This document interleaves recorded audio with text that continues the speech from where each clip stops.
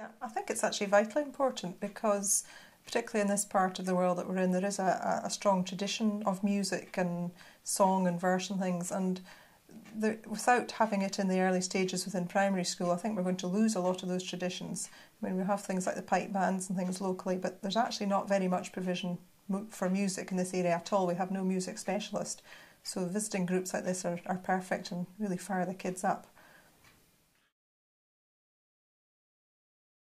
Well, as well as learning a wee bit about, the sort of culture and the stories and things like that that go with them, and, when people play these instruments and where and things like that, they get the experience of actually taking part in the live music and listening to it and the dance. And we've got children who last week were doing the body drumming and things, and still are doing it to this day. We're having to stop them in classes sometimes drumming because they've enjoyed it so much that they've really enjoyed having the live people in and doing that, having fresh faces and fresh way of looking at things. It's been great.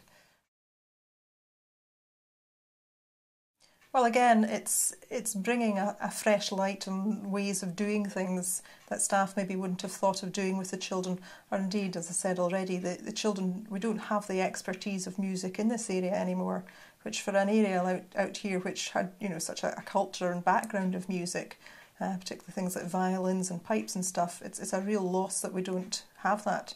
So for the staff to be able to have somebody visiting coming in, that's great.